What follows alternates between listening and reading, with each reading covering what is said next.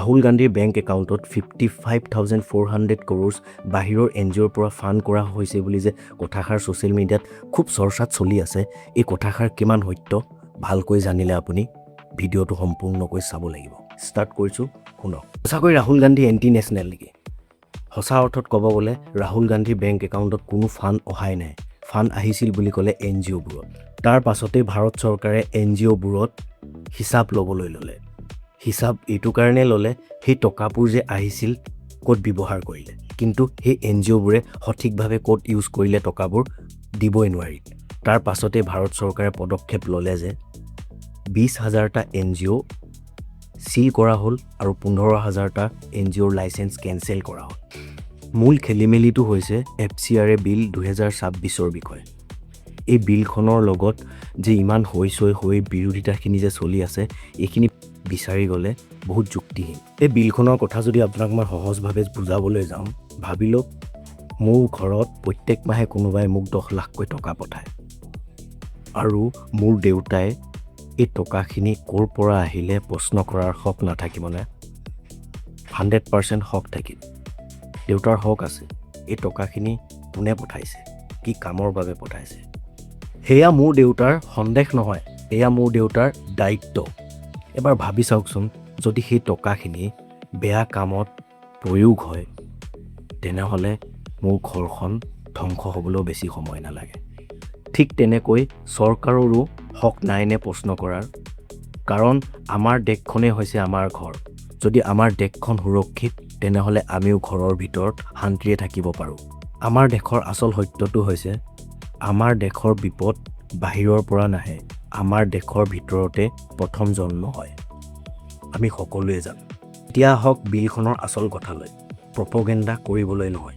এই বিলখনৰ প্ৰথমটো নীতি হ'ল 5 বছৰ শাস্তিৰ ঠাইত এবছৰ কৰা হৈছে।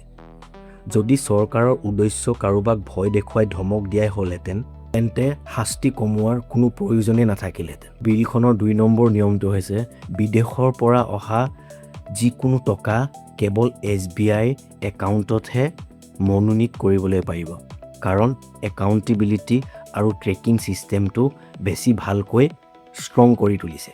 3 নম্বৰটো হ'ল প্ৰতিটো NGOয়ে স্পষ্টীকৰণ দিব লাগিব যে কি কামত কাৰ পৰা আহিল, কেনেকৈ আহিল আৰু কি কামত খৰচ হ'ল, প্ৰত্যেকটো হিচাপ দিব লাগিব। 4 নম্বৰটো হ'ল লাইচেঞ্চ কেঞ্চেল হ'লেও স্কুল, চাৰ্চ, মন্দিৰ যিয়ে নহওক কিয় হঠাৎ আহি বন্ধ কৰি কেতিয়াও নিদিয়ে। মনোনীত প্ৰত্যক্ষই ইয়াক উদ্ধাৰ নকৰালৈকে চলাই ৰাখিব পাৰিব।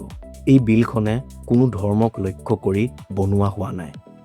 এই বিলখনত মুছলিম, খ্ৰীষ্টান, হিন্দু বুলি কোনো ভেদ নাই। এই বিলখনৰ মূল কাৰণ হৈছে ট্ৰেকিং আৰু একাউণ্টেবিলিটি। যদিহে আপুনি যদি এই বিলখন বিৰোধিতা কৰিছে, তেনেহ'লে মই আপোনাক এটা সামান্য প্ৰশ্ন কৰিব বিচাৰোঁ। যোৱা 15 বছৰৰ পৰা বাহিৰৰ পৰা যিমান টকা আহিলে NGO ফালৰ পৰা, সেইবোৰ টকাৰ আপোনাৰ একাউণ্টেবিলিটি, আপোনাৰ হিচাপ আছেনে? ক'ত গৈছে, ক'ত খৰচ হৈছে, কাৰ ওচৰত আছে, কি কামত লাগিছে, সেয়া হিচাপ জানো আপোনাৰ হাতত আছে?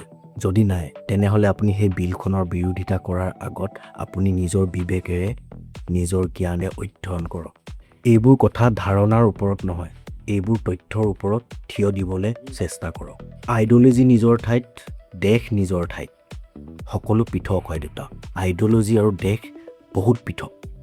আইডিঅ'লজি আপোনাৰ যেনেকুৱাই আছে, যেনেকৈ আপুনি ভাবিব পাৰে, আৰু আপোনাৰ দেশখনৰ চিন্তা কৰিবলৈ হ'লে আপুনি তথ্যৰ ওপৰত চিন্তা কৰিব লাগিব।